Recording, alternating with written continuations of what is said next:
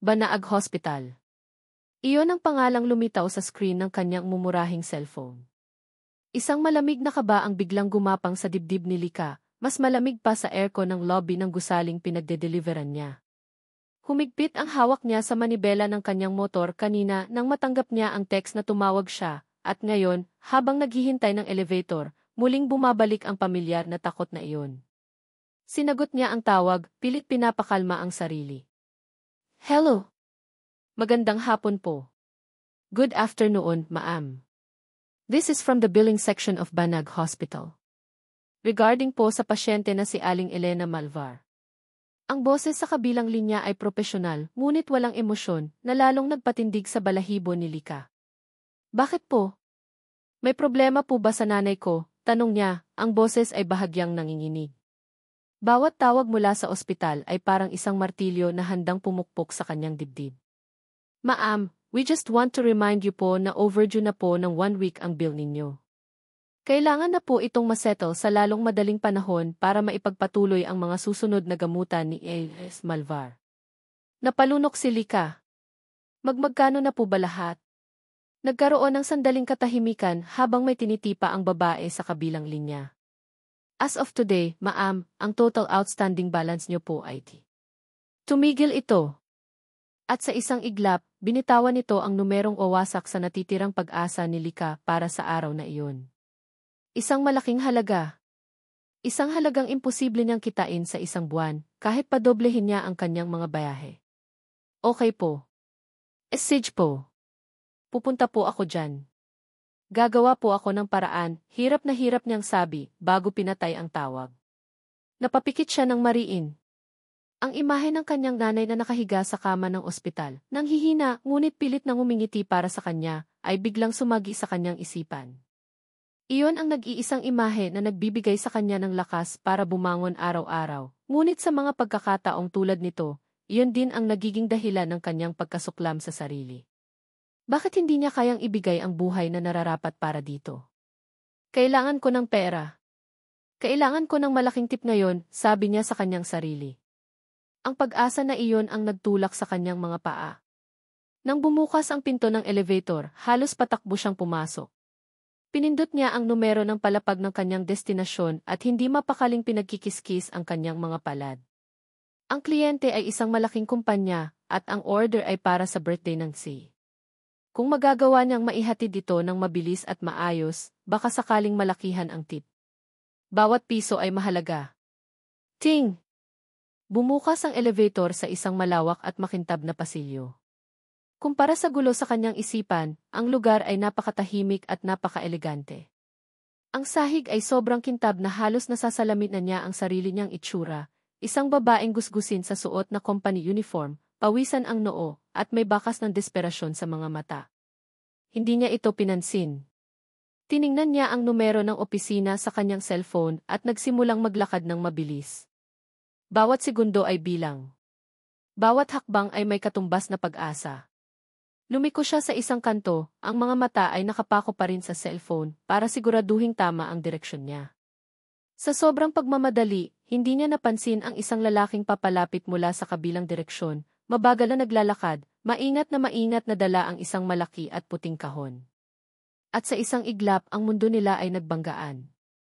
Isang malakas na aray ang kumawala sa bibig ni Lika nang tumama ang kanyang balikat sa matigas na dibdib ng lalaki. Ngunit hindi ang sakit ng banggaan ang pumukaw sa kanyang atensyon, kundi ang malaking puting kahon na lumipad sa ere. Tila nag-slow motion ang lahat.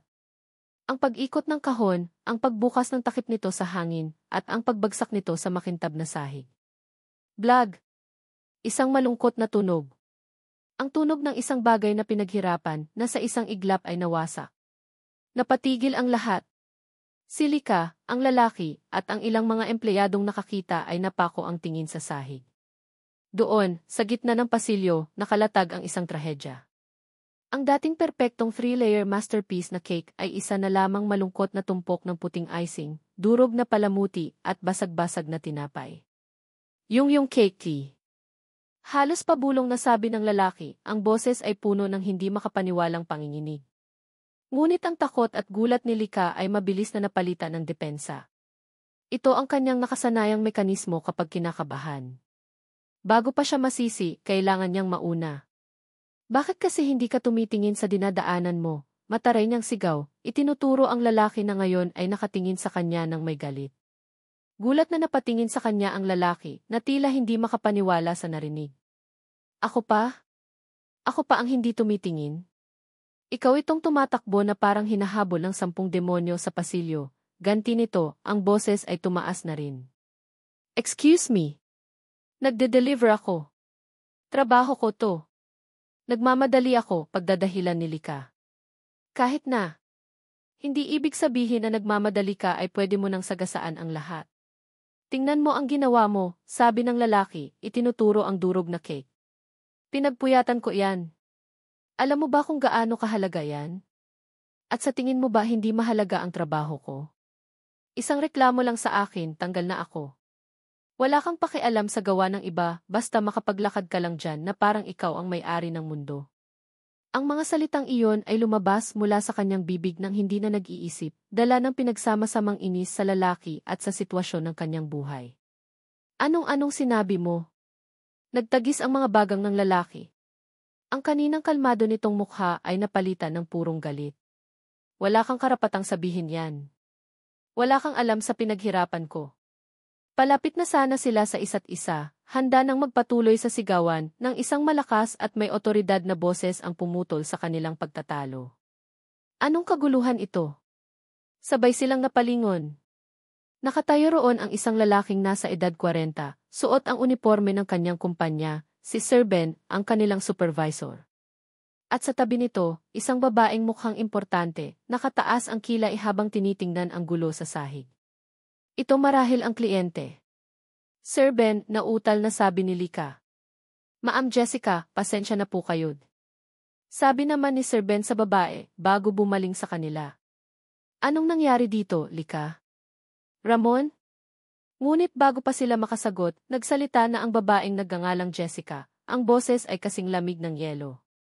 It doesn't matter what happened. Ang mahalaga ay sira na ang cake para sa birthday ng si. Cancel the order. At huwag na kayong mag-abala pang mag-deliver sa kumpanyang ito. Pagkasabi niyon, tinalikuran na sila nito at naglakad palayo, na para bang diring-diri sa kanilang lahat. Naiwan silang tatlo sa katahimikan. Ang bigat ng mga salita ng kliyente ay dumagan sa kanilang lahat. Si Sir Ben ay napahilot sa kanyang sentido, isang malinaw na senyales ng matinding stress. Si Ramon, ang lalaking panadero, ay napayuko at tinitigan ang kanyang nasirang obra maestra na maihalong pighati. At si Lika nararamdaman niya ang unti-unting paglamig ng kanyang buong katawan. Isang malaking kliyente ang nawala. At alam niya kung sino ang sisisihin. Huminga ng malalim si Sir Ben bago nagsalita, ang boses ay mababa ngunit puno ng bigat. Lika, alam mo ba kung gaano kalaking account ang nawala sa atin ngayon? Hindi nakasagot si Lika. Napayuko na lamang siya. Dahil sa nangyari, kailangang may managot. At kailangan mong bumawi, patuloy ni Sir Ben tumingin ito kay Ramon, na ngayon ay malungkot na pinupulot ang mga piraso ng kahon. Ramon, pasensya ka na sa nangyari. Tumingin si Ramon kay Sir Ben, pagkatapos ay kay Lika, ang mga mata ay puno pa rin ng hinanakit.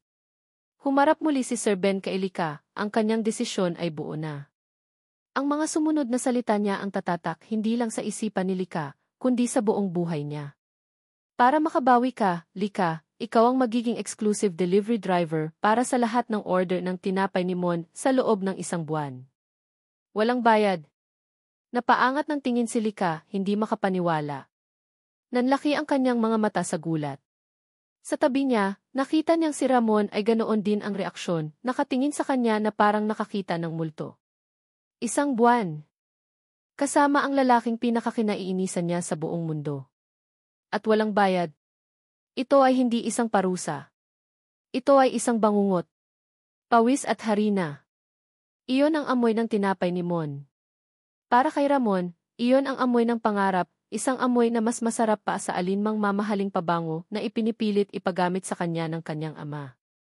Ngunit sa umagang iyon, may halong pait ang pamilyar na amoy na iyon. Ang pait ng pagkabigo. Habang masinsin niyang minamasa ang panibagong adobo ng pandesal, hindi niya maiwasang maalala ang durog na cake sa sahig ng lobby. Ang bawat diin ng kanyang palad sa malambot na masa ay may kasamang gigil. Gigil sa babaeng sumiran yon at gigil sa sarili dahil hinayaan niyang mangyari iyon. Ang order na iyon ay ang kanyang pagkakataon para patunayan sa lahat, lalo na sa kanyang ama, na kaya niyang tumayo sa sarili niyang mga paa. Ngunit sa isang iglap gumuho ang lahat.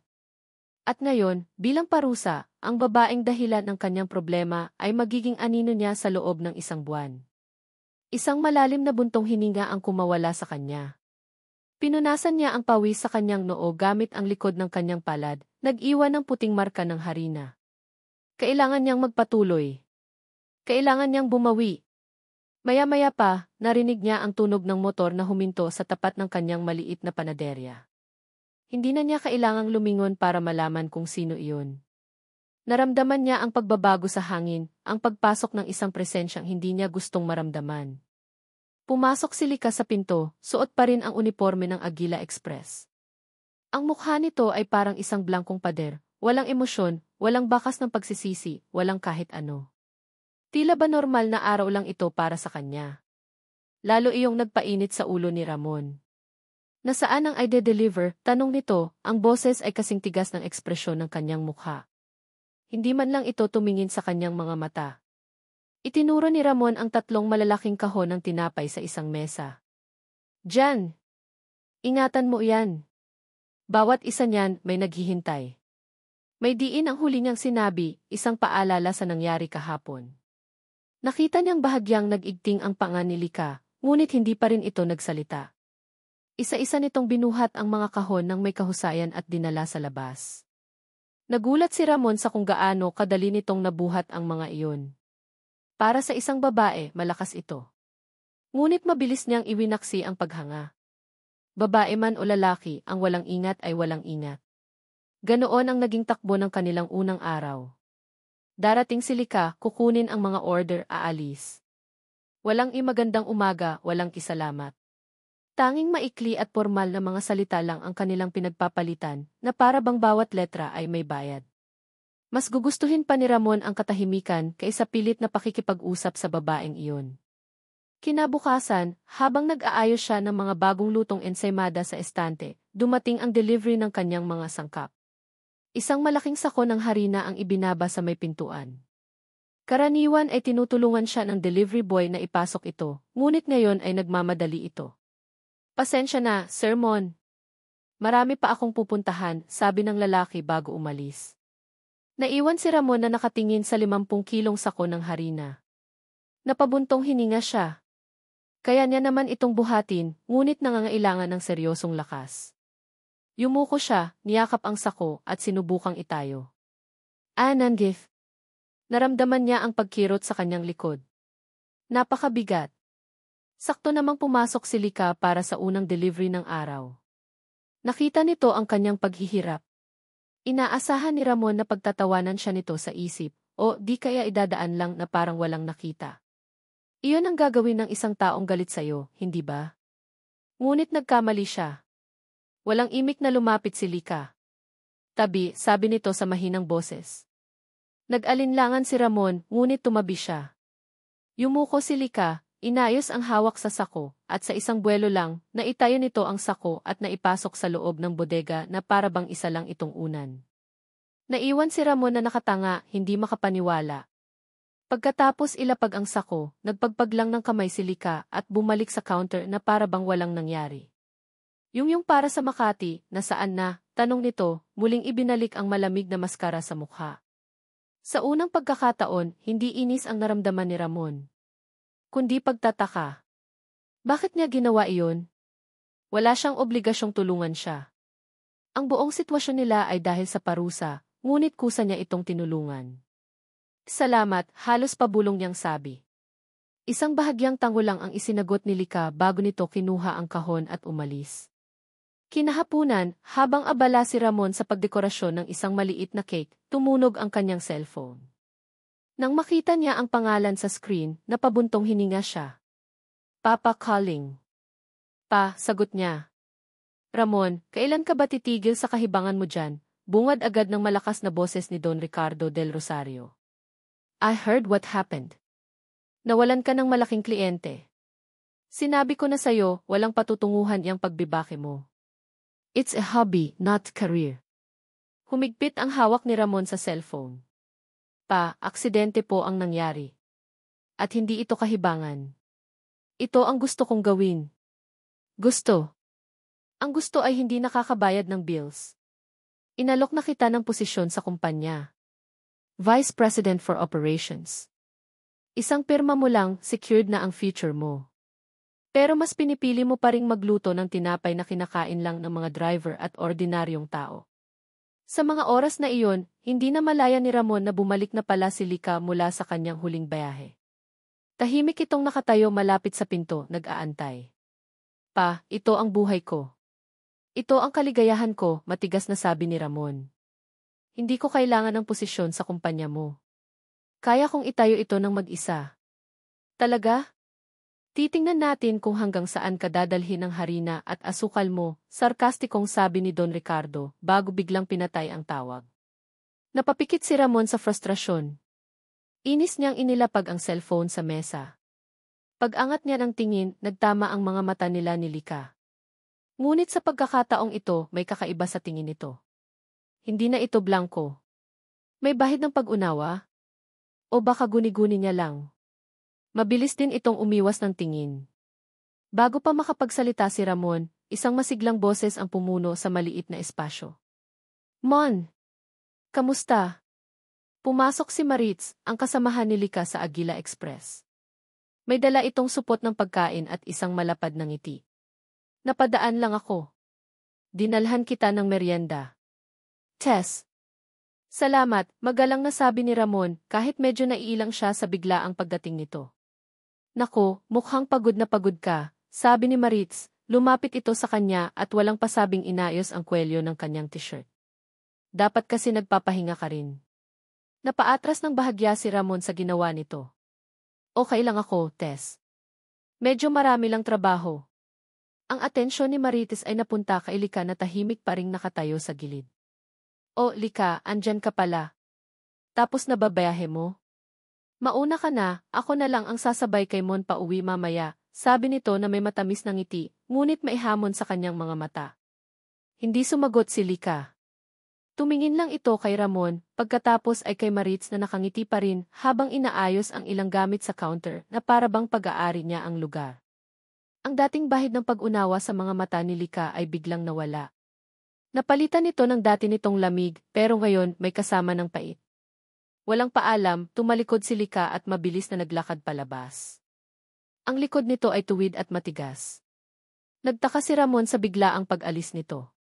Tiningnan niya ang papalayong anyo ni Lika. Mula sa kanyang kinatatayuan, nakita niya ang ekspresyon nito bago tuluyang makalabas ng pinto. Isang tingin na nagsasabing, sinasabi ko na nga ba? Isang tingin ng kumpirmasyon na lahat ng mayayaman, lahat ng tulad niya, ay pare-pareho lang.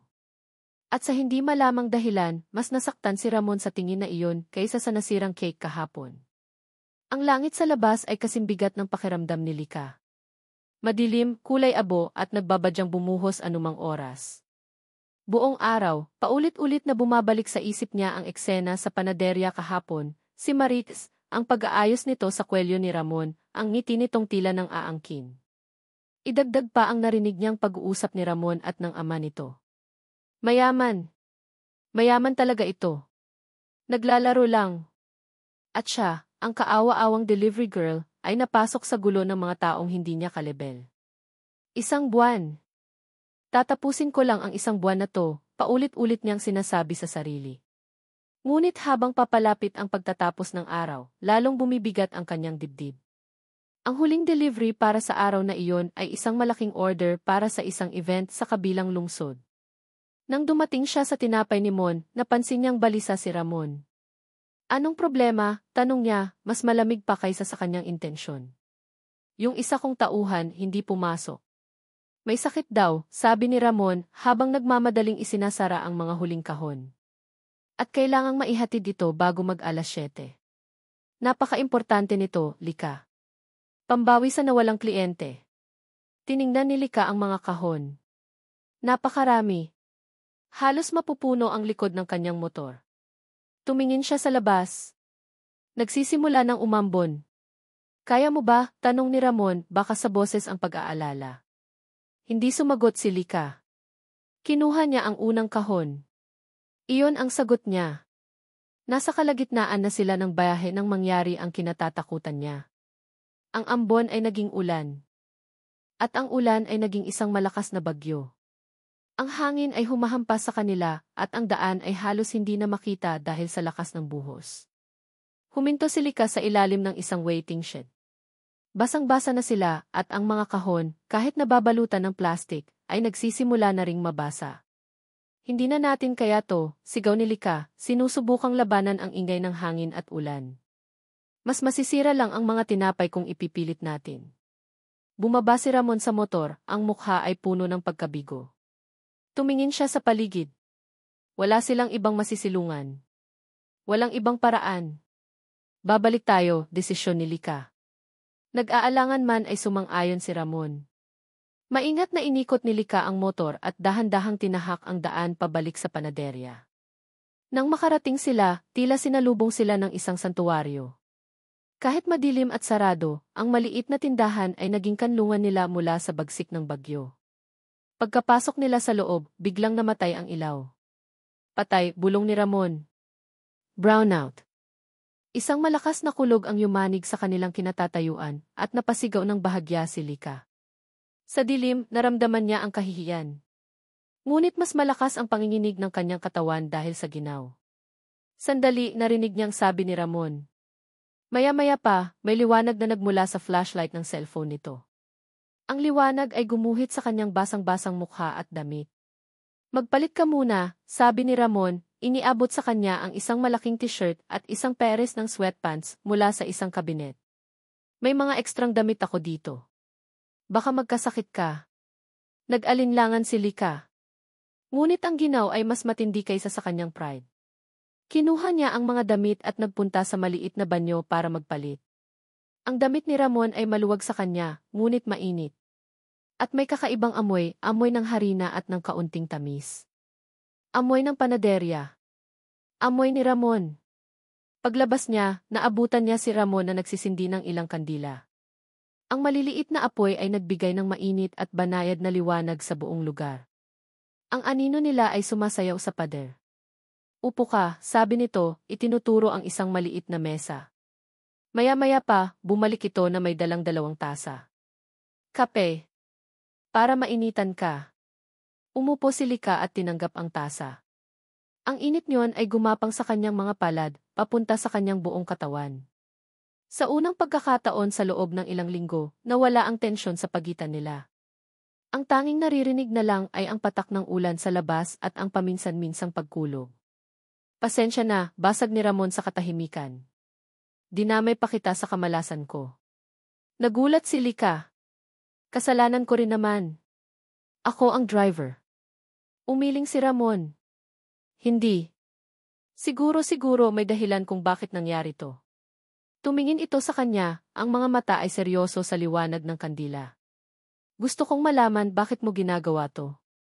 Bakit ka nagtitiis sa trabahong delikado at mababa ang sahod? Hindi inaasahan ni Lika ang tanong. Ngunit sa dilim, sa ilalim ng hipnotismo ng ulan, tila mas madaling maging tapat. Para sa nanay ko, mahina niyang sagot. May sakit siya. Malaki ang bayarin sa ospital. Bawat biyahe, bawat tip para sa kanya yun. Ito ang unang beses na sinabi niya ito sa isang taong hindi niya kapamilya. Nakita niya ang pagbabago sa mukha ni Ramon.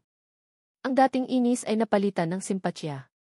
Kaya pala ganoon ka na lang magmadali noong araw na yun. Tumango lang si Lika, nakatingin sa kanyang tasa ng kape. Ako naman, pagsisimula ni Ramon na para bang gusto nitong suklian ang kanyang katapatan. Ginagawa ko to dahil ito lang ang bagay na pakiramdam ko ay sa akin talaga. Ang pamilya ko, mayaman sila. May malaki silang kumpanya. Pero ayokong maging anino lang ng tatay ko. Gusto kong gumawa ng sarili kong pangalan gamit ang sarili kong mga kamay. Ngayon ay si Lika naman ang nakinig ng mabuti. Ang mga salitang narinig niya sa telepono kahapon ay nagkaroon ng bagong kahulugan. Hindi iyon kayabangan. Iyon pala ay paglaban. Kahit na ang tingin niya dito ay isang kahibangan lang, dagdag ni Ramon may pait sa boses.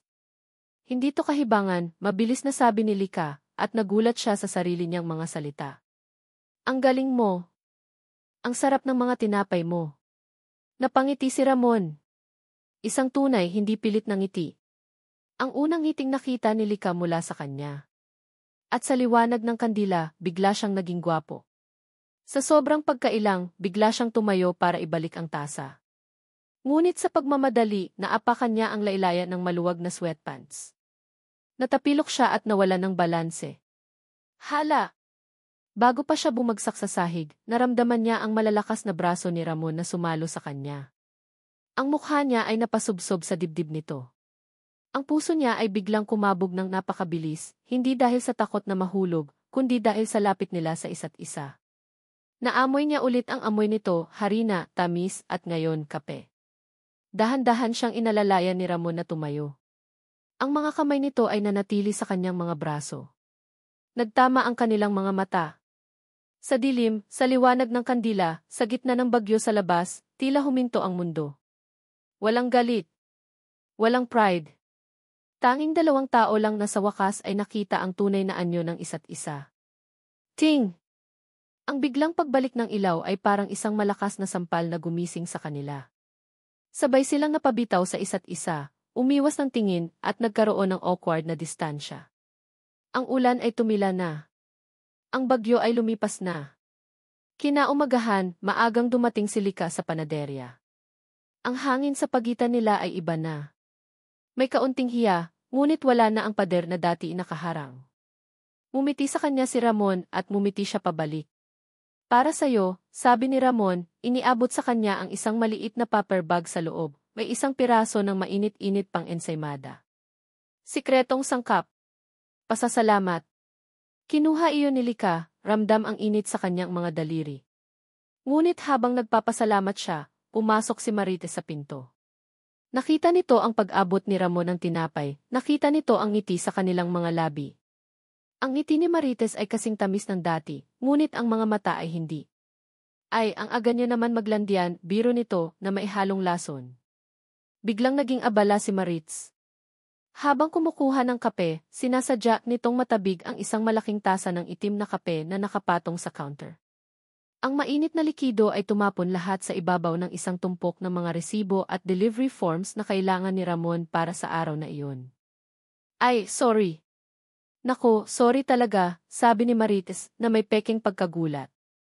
Kasalanan ko. Hindi, kasalanan ni Lika. Bigla ka kasing sumulpot dyan, nabangga tuloy kita. Napatanga si Lika. Nakatayo lang siya roon, hindi man lang siya gumalaw. Ngunit ang sisi ay mabilis na ipinasa sa kanya.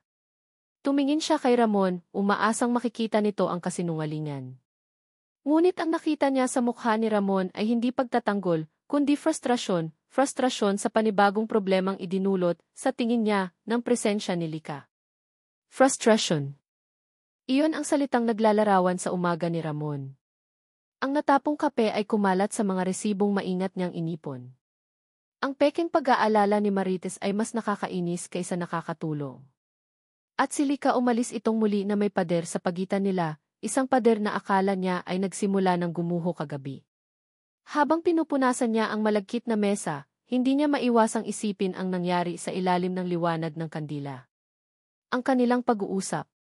Ang init ng kanyang katawan nang masalo niya ito. Ang paraan ng pagtama ng kanilang mga mata. Sa isang saglit, nakita niya ang totoong Lika, isang babaeng malakas, tapat, at lumalaban para sa pamilya. Isang babaeng nagsisimula na niyang. Umiling si Ramon, pilit iwinawaksi ang isipan. Hindi ito ang oras para roon. Kailangan niyang magtrabaho.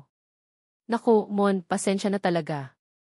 Hayaan mo, tutulungan na lang kitang ayusin to, sabi ni Maritz, na abala sa pag-acting na nag-aalala. Huwag na, Tess. Okay na. Kaya ko na to, sabi ni Ramon, pilit nang umingiti. May delivery ka pa, di ba? Baka malate ka. Ay, nga pala. Sige, Mon, ingat ka dito, ha? Balik na lang ako mamaya, sabi nito bago umalis, nag-iwan ng isang matamis na paalam. Nang mag-isa na lang siya, napabuntong hininga si Ramon.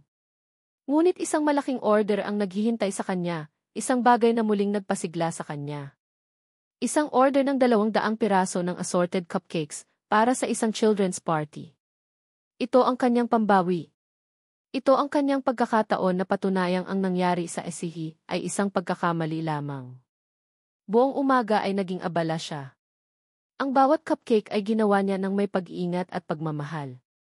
Mayroong chocolate, vanilla, at red velvet. Ang bawat isa ay pinalamusan niya ng makukulay na sprinkles at maliliit na laro ang gawa sa asukal. Nang matapos, tiningnan niya ang kanyang gawa ng may pagmamalaki. Perpekto.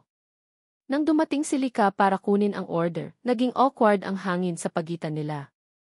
Hindi sila nag-imikan habang maingat nitong inililipat ang mga kahon ng cupcake sa delivery container ng motor. Mag-iingat ka, sabi na lang ni Ramon. Hindi niya alam kung para ba iyon sa mga cupcake o para kay Lika. Tumango lang ito at umalis. Ilang oras ang lumipas. Naging abala si Ramon sa paglilinis ng kusina. Masaya siya. Pakiramdam niya, unti-unti nang bumabalik sa ayos ang lahat. Hanggang sa tumunog ang kanyang telepono. Isang hindi rehistradong numero. Hello, tinapay ni Mon? Kayong mga walang hiya kayo, isang galit na boses ng babae ang sumigaw mula sa kabilang linya. Anong pinakain niyo sa mga anak namin? Halos lahat ng bata dito sa party, sumasakit ang tiyan. Ang iba, nagsusuka. Nanigas si Ramon sa kanyang kinatatayuan. Ano po? Imposible po yan. Sinigurado ko po na sariwa at malinis ang lahat ng sangkap ko. Impossible. Halika dito at tingnan mo ang mga batang umiiyak sa sakit. Ipapatawag ko kayo sa Z. Isasara ko iyang panaderya mo. At ibinaba ang telepono. Hindi pa nakakabawi si Ramon sa gulat nang tumunog muli ang telepono. At isa pa. At isa pa. Lahat ay galing sa mga magulang na nasa party, lahat ay may iisang reklamo. Sumasakit ang tiyan ng mga anak nila. Hindi. Hindi maaari. Ang kanyang pagmamalaki ay napalitan ng purong takot at pagkalito. Tumatakbo ang isip niya. Ano ang nangyari? Imposibleng sa sangkap niya. Kilala niya ang kanyang mga supplier. Imposibleng sa proseso niya. Bawat hakbang ay alam niya. Sino? Biglang may pumasok sa kanyang isipan. Isang alaala. Ang pagdating ni Lika. Ang pag-alis nito dala ang mga cupcake. Hindi niya magagawa iyon, sabi ng isang bahagi ng kanyang isip. Ang bahaging nakasama niya sa gitna ng bagyo. Ngunit may isa pang boses. Isang mas maitim na boses. Ang boses ng pagdududa. Galit siya sa'yo. Sinisisi ka niya. Baka gusto niyang makaganti. Tumakbo siya sa labas, sa lugar kung saan niya itinatambak ang mga basyo ng delivery. Nakita niya ang malaking delivery container na ginamit ni Lika kanina, handa ng kunin ng basurero. Binuksan niya ito, naghahanap ng kahit anong ebidensya na magpapaliwanag sa nangyari. At doon, sa ilalim ng lalagyan, nakita niya ito. Isang maliit, napunit na plastic sachet. May kaunting puting pulbos pa sa loob. Hindi ito harina. Hindi ito asukal. Isa itong uri ng pulbos na hindi pamilyar sa kanya, may kakaibang amoy. Isang bagay na hindi dapat naroroon. Dinampot niya iyon. Nanginginig ang kanyang mga kamay. Lahat ng piraso ay biglang nagkadugtong-dugtong sa kanyang isipan. Ang unang banggaan. Ang galit ni Lika. Ang parusa. Ang aksidenteng kipagkatapon ng kape. At ngayon, ito. Isang malamig na galit ang gumapang sa kanyang puso. Isang laso ng hinala na kumalat sa kanyang buong sistema at pinatay ang anumang bahagi ng tiwala na nagsisimula ng mabuo.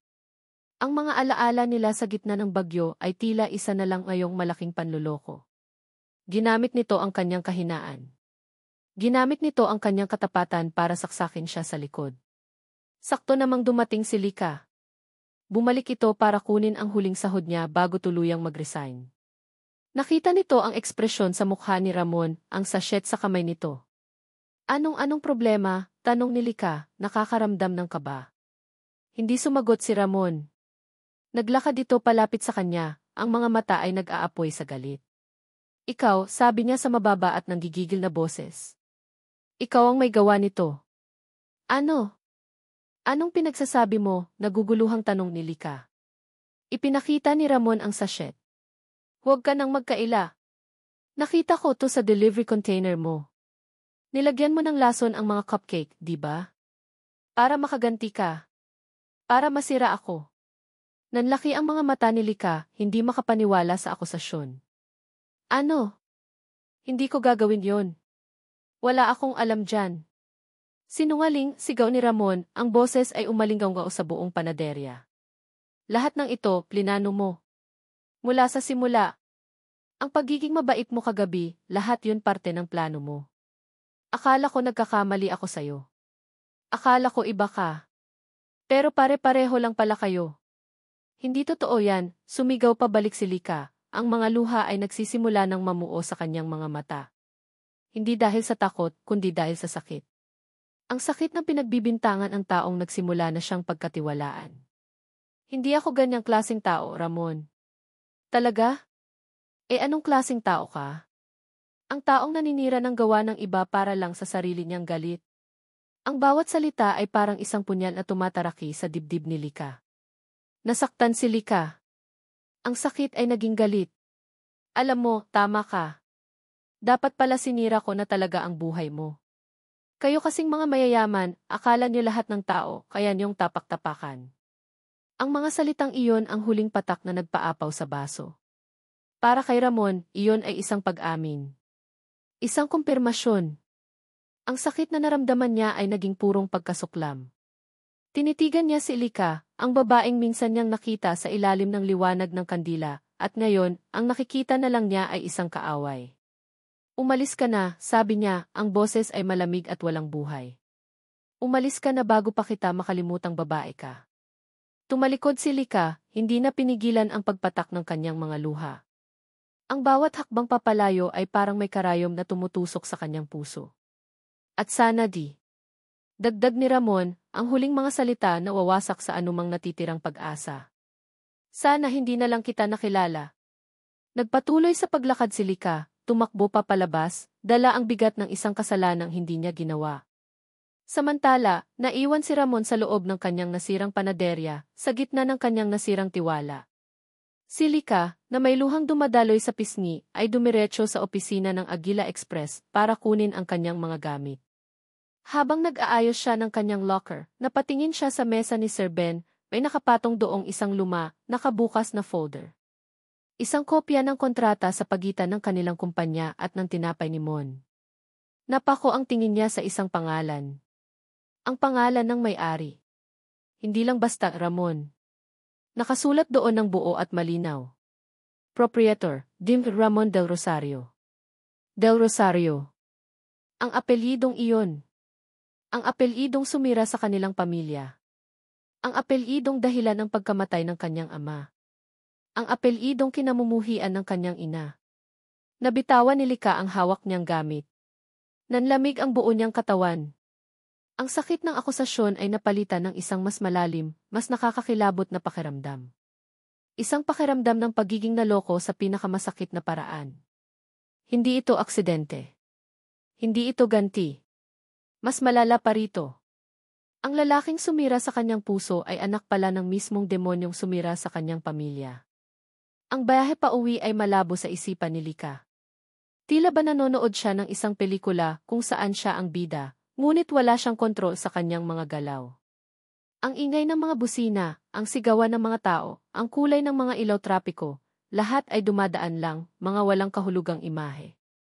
Ang tanging malinaw sa kanyang isipan ay ang dalawang salitang paulit-ulit na tumutunog na parang sirang plaka. Del Rosario. Del Rosario. Del Rosario. Ang bawat pagbigkas sa kanyang isip ay isang sampal. Isang saksak. Isang paalala ng dalawang magkaibang sakit na ngayon ay nag-iisa na lang. Ang sakit ng akusasyon ni Ramon ay humalo sa multo ng apelyidong sumira sa kanilang buhay, at ang pinaghalong laso na iyon ay dahan-dahang pumapatay sa kanyang kaluluwa. Pagdating niya sa kanilang maliit na apartment, naabutan niya ang kanyang ina, si Aling Elena, na nag-aayos ng kanilang hapunan. Agad napansin nito ang itsura ng anak. Ang namumutlang balat, ang namumugtong mga mata, ang kawalan ng buhay sa kanyang mga kilos. Anak! Anong nangyari? Nag-aalalang tanong ni Aling Elena, agad na lumapit at hinawakan ang braso ni Lika. Hindi sumagot si Lika. Dahan-dahan siyang umupo sa upuang gawa sa plastik, ang tingin ay nakapako sa sahig na semento. Huminga siya ng malalim, pinipilit na buuin ang mga salitang matagal nang ipinagbawal sa kanilang pamamahay. Naini. Nagsimula siya, ang boses ay nanginginig. May itatanong po ako. Ano yun, anak? Itinaas ni Lika ang kanyang tingin, sinalubong ang mga mata ng ina. Kilala niyo po ba ang apelyido? Del Rosario. Sa isang iglap, nagbago ang lahat sa mukha ni Aling Elena. Ang pag-aalala ay napalitan ng takot, pagkatapos ay ng isang matinding galit na tila natulog lang ng matagal. Napaatras ito na parabang nasampal. Saan mo narinig ang pangalang iyan? Naging matigas ang boses nito. Sinabi ko na sayo, Lika, hinding-hindi mo nababanggitin ang apelyidong iyan sa bahay na ito. Kailangan kong malaman, Nay. Please, pagmamakaawa ni Lika, tumatayo na rin. Ang lalaking amo ko sa pinagdedeliveran ko ang panadero. Ramon del Rosario ang pangalan niya. Napatakip ng bibig si Aling Elena, ang mga mata ay nanlalaki sa gulat at hindi makapaniwala. Umiling-iling ito. Hindi maaari di. At doon, bumigay na ang pader na itinayo ni Aling Elena sa loob ng maraming taon. Ang mga luhang matagal ng pinigilan ay bumuhos mula sa kanyang mga mata. Napaupo ito sa upuan, ang mga balikat ay nanginginig sa pag-iyak. Sila Ali. Humihikbing sabi ni Aling Elena. Sila ang dahilan kung bakit tayo nagkaganito, Lika. Ang pamilyang Del Rosario. Sa pagitan ng kanyang mga hikbi, ikinuwento ni Aling Elena ang lahat. Ang kanilang maliit ngunit masayang negosyo noon, ang E. Malvarez Kakanin, nakilala sa buong bayan. Ang kanyang asawa, ang ama ni Lika, ay isang mapagmahal na tao na ang tanging pangarap ay palagiin ang kanilang munting kakaninan. Ngunit dumating ang Del Rosario Foods Corporation, ang dambuhalang kumpanya na pag-aari ni Don Ricardo Del Rosario. Gusto nilang bilhin ang negosyo natin, pero hindi pumayag ang papa mo, kwento ni Aling Elena, ang boses ay puno ng pait. Kaya sinira nila tayo. Isa-isa nilang binili ang mga supplier natin. Binabaan nila ang presyo ng mga produkto nila hanggang sa wala nang bumili sa atin. Pinagkalat nila na marumi ang ating gawa. Sinira nila ang pangalan natin. Hanggang sa wala nang natira. Biglang sumagi sa isipan ni Lika ang isang malabong alaala. Isang batang Lika na nakasilip mula sa siwang ng pinto. Nakita niya ang kanyang ama, isang lalaking dati ilaging nakangiti at malakas, na nakaupo sa dilim, nakatingin sa kawalan. Ang mga papeles ng pagkakautang ay nakakalat sa mesa. Ang mga mata nito ay walang buhay. Naalala niya ang mga huling salita ng doktor, depression. It was too much for his heart. Ang ama niya ay hindi namatay sa sakit. Namatay ito sa sobrang pighati. Pinatay siya ng mga Del Rosario. Napahagulhol si Lika. Kaya nang malaman kong Del Rosario ang apelyido ng lalaking iyon. Inakusahan niya ako. Pinagbintangan niya akong nilason ko ang mga paninda niya. Sinabihan niya akong sana hindi na lang niya ako nakilalad. Ngayon, lahat ay malinaw na. Napakalinaw. Umakyat si Lika sa kanyang maliit na kwarto at isinara ang pinto. Umupo siya sa gilid ng kanyang kama, sa dilim. Ang mga alaala ng huling linggo ay bumalik sa kanya, ngunit ngayon, bawat isa ay may bahid ng lason. Ang pagtulong ni Ramon sa kanya sa sako ng harina. Isang palabas. Ang pag-uusap nila sa telepono at ng ama niya. Isang script para makuha ang tiwala niya. Ang bagyo ang kape ang mga sikretong ibinahagi niya ang init ng mga braso nito nang masalo siya. Lahat ay isang malaki, malupit at kalkuladong panloloko. Alam ni Ramon mula sa simula kung sino siya. Ang anak ng kaaway ng kanilang pamilya. At ano ang mas magandang ganti kaysa sa paibigin ang anak ng iyong kaaway at pagkatapos ay durugin ito. Ipinikit ni Lika ang kanyang mga mata. Ang pag-ibig na nagsimulang umusbong sa kanyang puso ay isa na ngayong simbolo ng kanyang katangahan. Ang sakit ay napalitan ng isang malamig at matigas na galit. Galit sa mga Del Rosario. Galit kay Ramon. At higit sa lahat, galit sa sarili niya dahil hinayaan niyang maloko siya. Tapos na. tapos na ang lahat. Sa kabilang dako ng lungsod, ang tinapay ni Mon ay nakakabinging tahimik. Ang karaniwang amoy ng bagong lutong tinapay ay napalitan ng amoy ng panis at kabiguan. Itinapon ni Ramon ang lahat ng natirang cupcake sa basurahan. Wala nang pumasok na customer mula nang kumalat ang balita. Ang telepono ay tumigil na rin sa pagtunog. Nakaupo siya sa isang upuan sa gitna ng kanyang walang taong panaderya. Ang mga siko ay nakapatong sa kanyang mga tuhod, ang mukha ay nakasubsob sa kanyang mga palad. Ang galit na naramdaman niya kanina ay unti-unting nawawala at napapalitan ng isang nakakapanghinang pagkalito. Hindi ako ganyang klaseng tao, Ramon. Ang mga salita ni Lika, ang kanyang mga luhang puno ng sakit, ay bumabalik sa kanyang isipan. Hindi iyon mga luha ng isang taong nagsisinungaling. Iyon ay mga luha ng isang taong nasasaktan. Hindi niya mapagtagpo ang imahe ng babaeng kasama niya sa gitna ng bagyo, ang babaeng tapat na nagkwento tungkol sa kanyang ina, at ang imahe ng isang saboteur na kayang manlason ng mga pagkain para sa mga bata. May mali. May hindi tugma. Kailangan niya ng kasagutan. Kailangan niya ng katotohanan. Bigla siyang napatayo. Naalala niya ang kikis camera na ipinakabit niya sa may counter. Maliit lang ito at minsan ay nakakalimutan na niyang gumagana pa. Ngunit ngayon, iyon na lang ang kanyang pag-asa. Nilapitan niya ang maliit na monitor sa ilalim ng counter. Nanginginig ang mga kamay niya habang hinahanap ang recording mula kaninang umaga. Nakita niya ang timestamp kung kailan kinuha ni Lika ang mga cupcake. Pinanood niya. Pumasok si Lika, kinuha ang mga kahon ng may pag-iingat at umalis. Walang kahina-hinala. Napabuntong hininga siya, handa ng sumuko. Tama nga ako, sabi niya sa sarili. Ngunit may nag-udyok sa kanya. Isang maliit na boses ng pagdududa. Paano kung hindi siya? Nirewind niya ang video. Hindi sa oras na dumating si Lika, kundi bago pa roon. Sa oras na mag-isa pa lang siya sa panaderya, pagkatapos niyang ayusin ang lahat ng cupcakes sa mga kahon, bago pa man dumating si Marites para sa iaksidente inang kape. Pinanood niya ang sarili niya na abalang nagpupunas ng mga mesa. Pagkatapos ay nakita niya ang pinto na bahagyang bumukas. Walang pumasok. Ngunit may isang kamay na pumasok sa siwang. Isang kamay na may suot na pamilyar na pulseras. Ang kamay ay maingat na kumuha ng isang kahon ng cupcake mula sa pinakatuktok ng salansan, binuksan ito, at may ibinuhos na puting pulbos mula sa isang maliit na sachet. Pagkatapos, maingat nitong isinara ang kahon at ibinalik sa dati nitong pwesto na para bang walang nangyari. Hindi humihinga si Ramon. Ang mga mata niya ay nanlalaki, nakatutok sa screen. Pagkatapos ng ilang minuto, sa video, umasok na si Marites sa pinto, may dalang kape at may malapad na ngiti.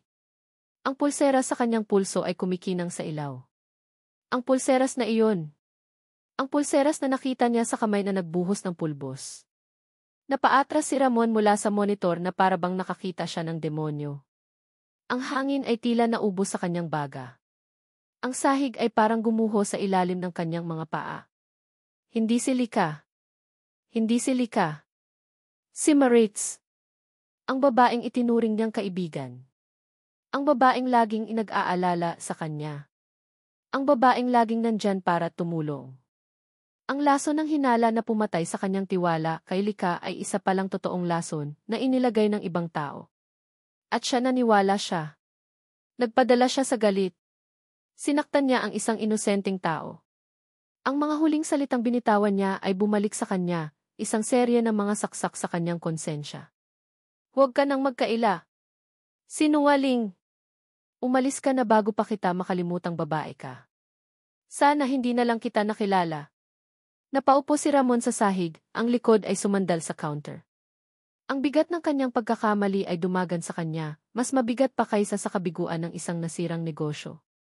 Sinira niya hindi lang ang kanyang panaderya. Sinira niya ang isang tao. Sinira niya ang isang bagay na maganda na nagsisimula pa lang mabuo. At ang pinakamasakit na tanong ay bumuo sa kanyang isipan. Bakit? Bakit ito gagawin ni Marites?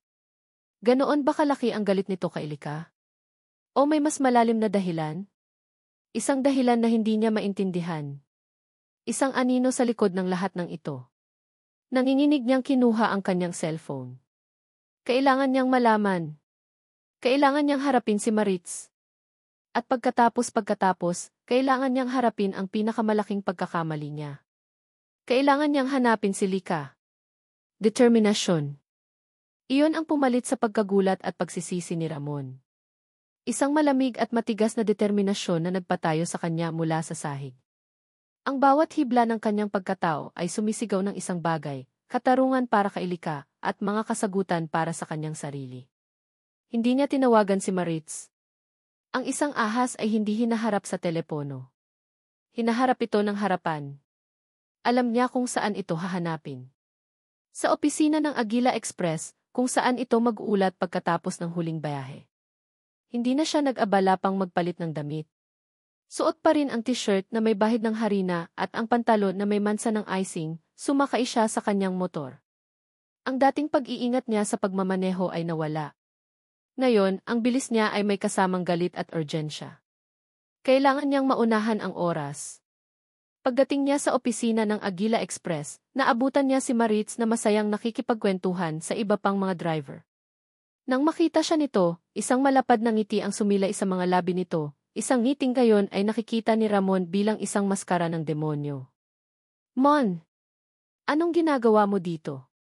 Napadalaw ka, masiglang bati nito, na para bang wala itong alam sa trahedyang sinira nito. Hindi sumagot si Ramon. Naglakad siya papalapit, ang bawat hakbang ay mabigat.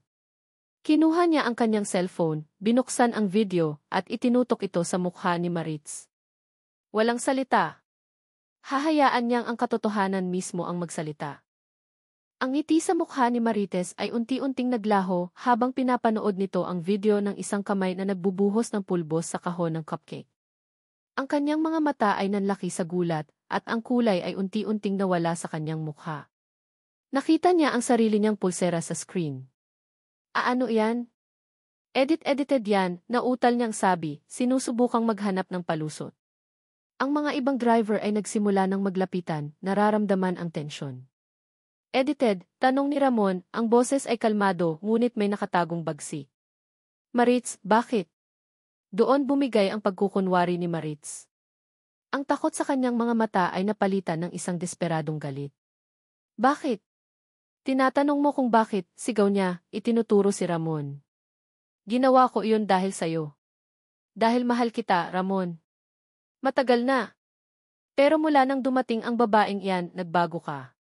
Nakalimutan mo ako. Lahat ng atensyon mo, nasa kanya na. Napaatras ang mga ibang nakikinig, hindi makapaniwala sa kanilang naririnig. Hindi yan pagmamahal, Maritz. Obsesyon yan, mariing sabi ni Ramon. Sinira mo ang negosyo ko. Sinira mo ang pangalan ko. Pero ang pinakamasama sa lahat, sinira mo ang isang inosenteng tao. Dinamay mo si Lika sa kabaliwan mo. Isang mapait na tawa ang kumawala sa bibig ni Maritz. Kabaliwan? Hindi ito kabaliwan, Ramon. Ito ay pagsunod sa utos. Natigilan si Ramon. Utos? Kaninong utos? Muling humiti si Maritz, isang ngiting mapanghamon at puno ng pagmamalaki. Sino pa ba? Ang taong nag-aalala talaga sa kinabukasan mo. Ang taong nakakaalam kung ano ang pinakamabuti para sa'yo. At binitawan niya ang pangalan. Ang papa mo. Parang isang malakas na kulog ang tumama sa pandinig ni Ramon. Ang pangalan ng kanyang ama. Ang lahat ng piraso ay biglang nag-ugnay-ugnay sa isang paraang hindi niya kailanman inakala. Ang pagmamatigas ng kanyang ama. Ang paulit-ulit na alok nito ng posisyon. Ang pag-ayaw nito sa kanyang panaderya. At ngayon, ito. Ginawa ko iyon para sa'yo. Para sa atin, patuloy ni Maritz, ang boses ay puno ng lason. Yan ang utos ng papa mo. Sabi niya, kung magagawa kong sirain ang maliit mong panaderya at palayuin ang hampaslupang driver na yan, bibigyan niya ako ng posisyon sa kumpanya. Magkakasama tayo doon, Ramon. Doon tayo nababagay. Hindi sa mabahong kusinang to. Hindi na nakinig si Ramon. Ang kanyang mundo ay umikot. Ang taong dapat na nagpoprotekta sa kanya ang sarili niyang ama ang siyang sumaksak sa kanya patalikod. Hindi lang siya, kundi pati na rin si Lika. Tumalikod si Ramon, hindi na pinansin ang mga sigaw ni Maritz. Naglakad siya papalabas, ang isipan ay blanko. Ang tanging alam niya ay ang kanyang susunod na destinasyon. Ang Del Rosario Foods Corporation. Ang biyahe papunta sa makintab na tore ng kumpanya ng kanyang ama ay parang isang panaginip.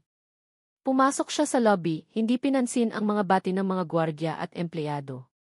Dumiretso siya sa private elevator na patungo sa opisina ng presidente. Pagbukas ng pinto, naabutan niya ang kanyang ama, si Don Ricardo del Rosario, na nakaupo sa likod ng malaking mesa nitong gawa sa mahogany, nagbabasa ng mga papeles na parabang walang anumang nangyari sa mundo. Ramon? Anong ginagawa mo dito?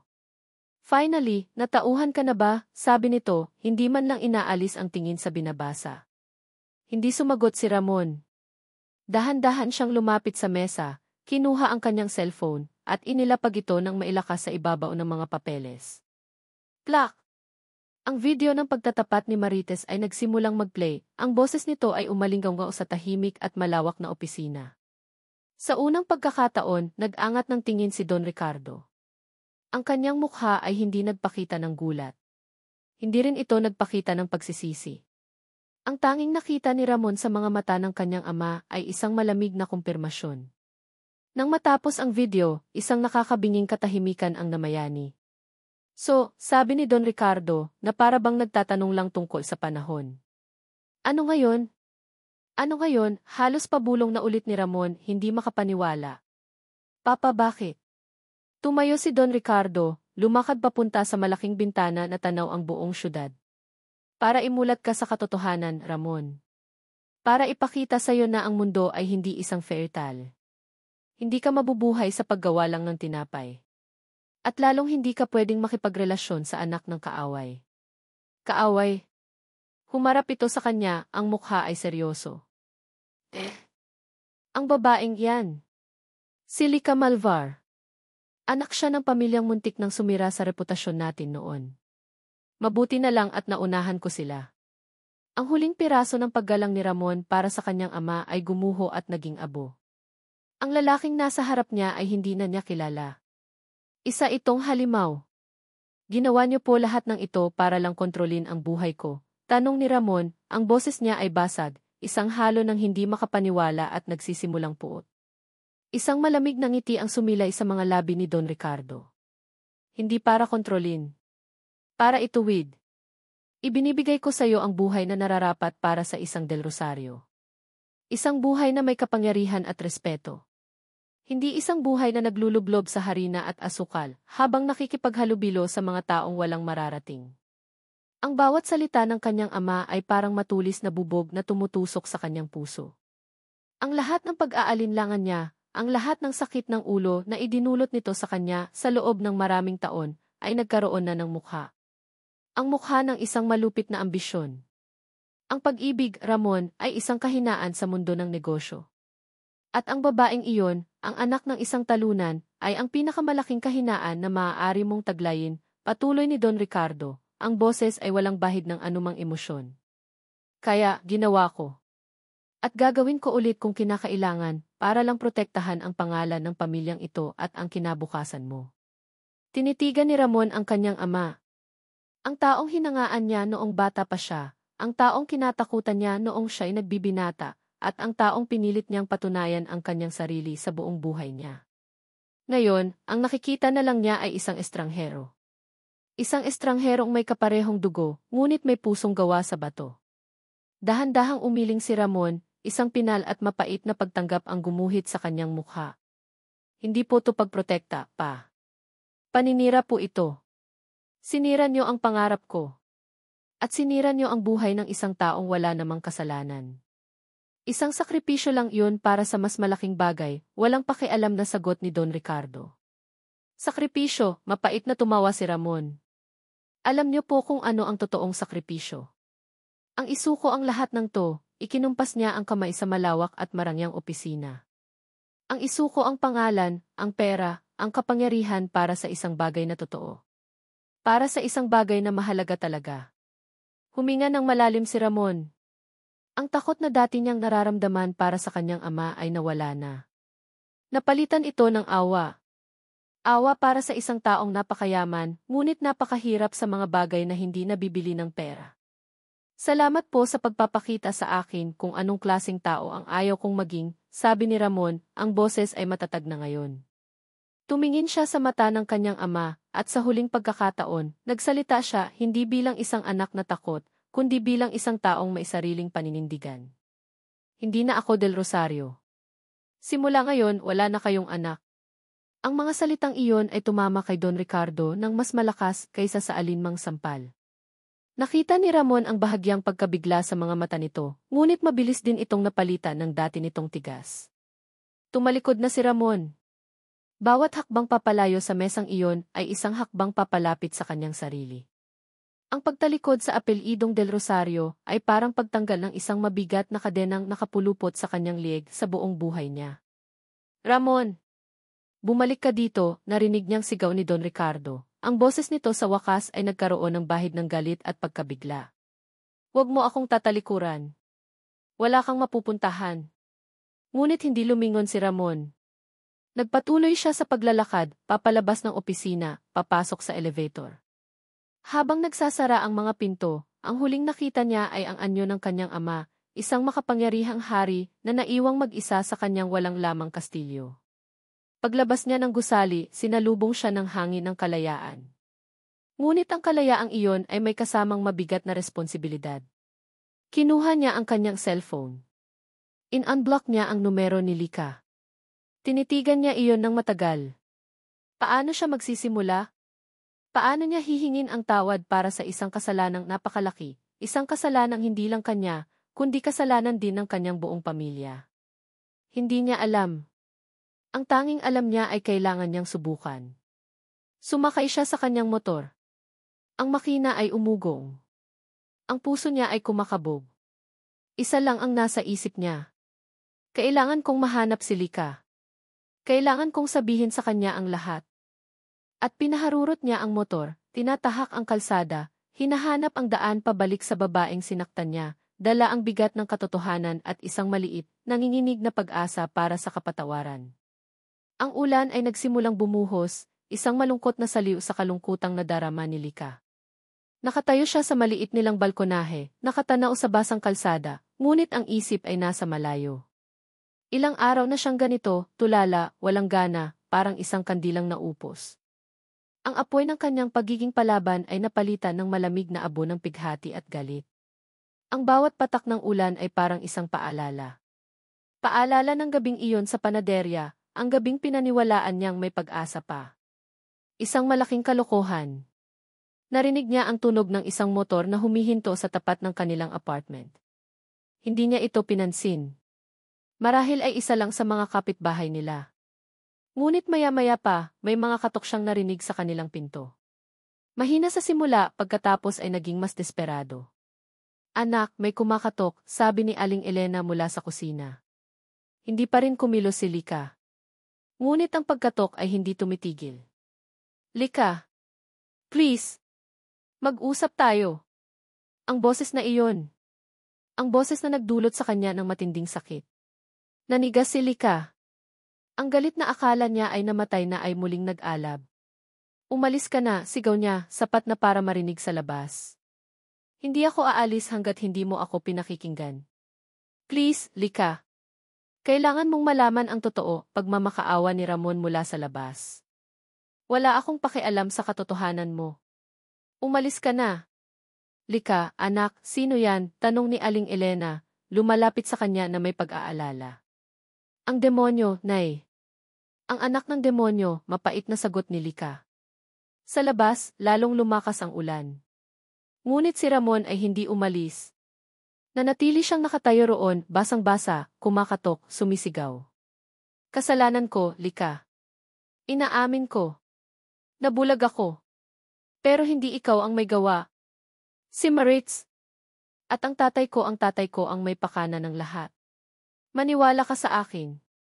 Ang mga salitang iyon ay tumagos sa pinto, tumagos sa ingay ng ulan, at tumama sa puso ni Lika.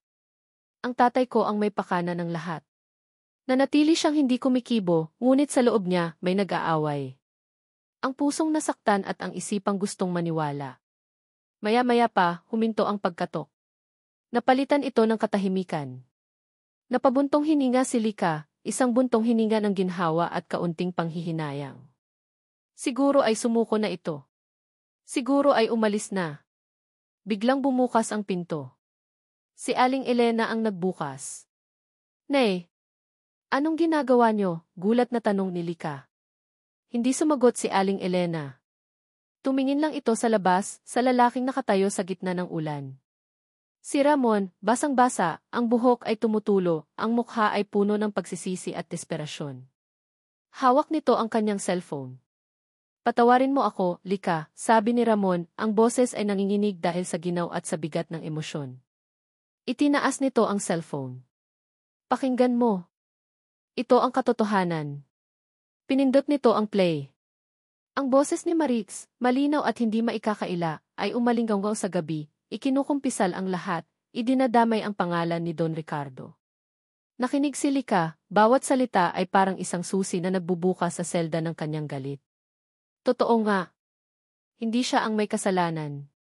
Inosente siya. Ngunit ang katotohanang iyon ay may kasama pang isang masakit na katotohanan, ang ama nito ang nagplano ng lahat. Nang matapos ang recording, ibinaba ni Ramon ang cellphone. Tumingin ito sa kanya, ang mga mata ay puno ng luhang humahalo sa ulan. "Tinalikuran ko na siya, Lika. Tinalikuran ko na ang pangalan niya, ang pera niya, ang lahat. Dahil walang kwenta ang lahat ng iyon kung wala kang tiwala. Kung wala ka." Isang katahimikan ang namayani. Tanging ang ulan lang ang maririnig. Si Lika ay nakatayo lang doon, hindi alam kung ano ang dapat maramdaman. Ang galit sa ama ay nariyan pa. Ngunit ang galit niya kay Ramon ay unti-unting natutunaw, napapalitan ng isang bagay na mas komplikado. Doon nagsalita si Aling Elena. Lumabas ito ng pinto at tumayo sa tabi ni Lika, sa ilalim ng munting silong. Tinitigan nito si Ramon, ang anak ng taong sumira sa kanilang buhay. Ngunit ang nakita niya ay hindi isang Del Rosario. Ang nakita niya ay isang lalaking nagsisisi, isang lalaking handang isuko ang lahat para sa kanyang anak. Humarap si Aling Elena kay Lika. Hinawakan nito ang kamay ng anak. "Anak," mahinahon nitong sabi, ang boses ay puno ng isang bagong kapayapaan. "Matagal kong kinimkim ang galit. Ang galit na iyan, halos pumatay na rin sa akin. Ayokong mangyari iyon sa'yo." Tumingin ito mula kay Lika papunta kay Ramon. "Ang nakaraan ay sa atin. Kasalanan niya iyon," tumingin ito kay Ramon, tumutukoy sa ama nito. "At kasalanan ko dahil hinayaan kong kainin ako ng galit." Pagkatapos, ibinalik nito ang tingin kay Lika, ang mga mata ay puno ng pagmamahal at pag-unawa. "Pero ang kinabukasan ay sa inyo. Huwag mong hayaang ang multo ng aming kahapon ang sumira sa inyong bukas." Ang mga salitang iyon ay ang pahintulot na hindi alam ni Lika na kailangan niya. Isang basbas para palayain ang sarili sa bigat ng nakaraan. Tumingin siya kay Ramon.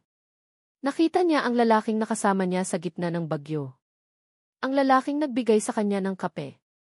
Ang lalaking ipinaglaban ang kanyang pangarap. Ang lalaking ngayon ay handang talikuran ang lahat para sa kanya.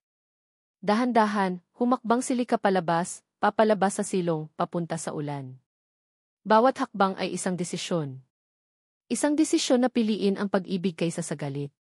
Isang desisyon na piliin ang pagpapatawad. Nang makalapit siya, walang salitang namutawi. Itinaas niya ang kanyang kamay at hinaplos ang basang pisngi ni Ramon. At pagkatapos, niyakap niya ito ng mahigpit. Sa gitna ng ulan, sa harap ng kanilang maliit na apartment, dalawang pusong sinira ng nakaraan ang muling nabuo. Ang yakap na iyon ay hindi lang isang yakap. Ito ay isang pangako. Isang tulay na nag-ugnay sa kanilang wasak na kahapon at sa isang bukas na puno ng pag-asa. Makalipas ang ilang buwan. Ang araw ay maliwanag. Ang amoy ng bagong lutong tinapay ay muling lumaganap sa hangin. Ngunit hindi na ito sa dating pwesto. Isa itong mas maliit na espasyo, isang maliit na tindahan na itinayo nilang dalawa mula sa simula. Ang karatula sa labas ay simple, nakasulat kamay, ngunit puno ng pagmamahal. Hindi na ito tinapay ni Mon. Ito na ang itinapay nila Mon at Lika. Sa loob, abala si Lika sa pag-aayos ng mga bagong pandesal sa estante. Ang dati niyang uniforme ng delivery ay napalitan na ng isang puting apron. Ang dati niyang blankong mukha ay napalitan na ng isang matamis na ngiti. Mula sa kusina, lumabas si Ramon, may daladalang isang tray ng mainit na ensaymada. Umiti ito nang makita si Lika. Lumapit ito at hinalikan siya sa noo. Para sa paborito kong delivery girl, sabi niya, iniabot ang isang piraso. Tumawa si Lika. Hindi na ako delivery girl. Business partner mo na ako ngayon. Nga pala, sabi ni Ramon, niyakap ito mula sa likod. Ang pinakamaganda kong business partner. Ang kanilang buhay ay simple. Hindi ito marangya. Ngunit ito ay totoo. Itinayo nila ito sa pundasyon ng tiwala at pagpapatawad. Biglang tumunog ang cellphone ni Ramon. Kinuha niya ito mula sa kanyang bulsa. Sa screen, lumitaw ang isang pamilyar na pangalan. Papa calling. Nagkatinginan sila ni Lika. Ang dating kaba ay wala na. Pinalitan ito ng lakas ng loob. Tumango si Lika, isang tango ng suporta at paghihikaya. Huminga ng malalim si Ramon. Handa na siyang harapin ang nakaraan, hindi para makipag-away, kundi para magsimulang maghilom. Sinagot niya ang tawag. Hello, Pa. Ang kanilang hinaharap ay hindi pa perpekto. Marami pang sugat ang kailangang gamutin. Ngunit sa pagkakataong ito, haharapin nila ito ng magkasama. Dahil ang pinakamatamis na tinapay ay hindi iyong gawa sa pinakamamahaling sangkap, kundi iyong minasa ng pag-ibig, niluto sa init ng pagsubok, at pinagsaluhan ng may buong tiwala. At dito nagtatapos ang kwento ng pag-ibig, pagsubok, at pagpapatawad ni Ramon at Lika. Isang taos pusong pasasalamat sa inyo, aming mga minamahal na tagapakinig, sa pagsama sa amin sa bawat kabanata ng kanilang paglalakbay. Mula sa maingay na banggaan sa pasilyo, sa tahimik na pag-uusap sa ilalim ng liwanag ng kandila, hanggang sa mapait na pagharap sa katotohanan. Habang isinusulat ko ang kwentong ito, naramdaman ko ang bawat pait, bawat tamis, bawat patak ng luha at bawat kislap ng pag-asa. Dahil naniniwala ako na sa puso ng bawat isa sa atin, mayroong isang Lika na puno ng tapang at isang Ramon na puno ng pangarap. Lahat tayo ay may mga nakaraang pilit nating tinatakasan, at mga kinabukasang buong tapang nating hinaharap. Naway mag-iwan sa inyo ng aral ang kwento ni Ramon at Lika. Isang paalala na ang tunay na pag-ibig ay hindi sinusukat sa yaman o estado sa buhay, kundi sa lalim ng pag-unawa at sa tibay ng pagpapatawad. Ito ay isang paalala na ang tiwala, kapag nasira, ay mahirap buuin. Ngunit hindi imposible. At higit sa lahat, ito ay isang paalala na ang pinakamatibay na tulay na nag-ugnay sa dalawang puso ay ang kakayahang magpatawad, hindi lamang sa iba, kundi pati na rin sa ating mga sarili. Maraming salamat sa inyong oras, sa inyong mga emosyon, at sa pagiging bahagi ng kwentong ito. Hanggang sa muli nating pagkikita sa susunod na kwento. Ano ang pinakapaborito ninyong bahagi? At anong aral ang inyong natutunan? Ibahagi ninyo sa amin sa comment section. Lagi naming binabasa ang inyong mga mensahe.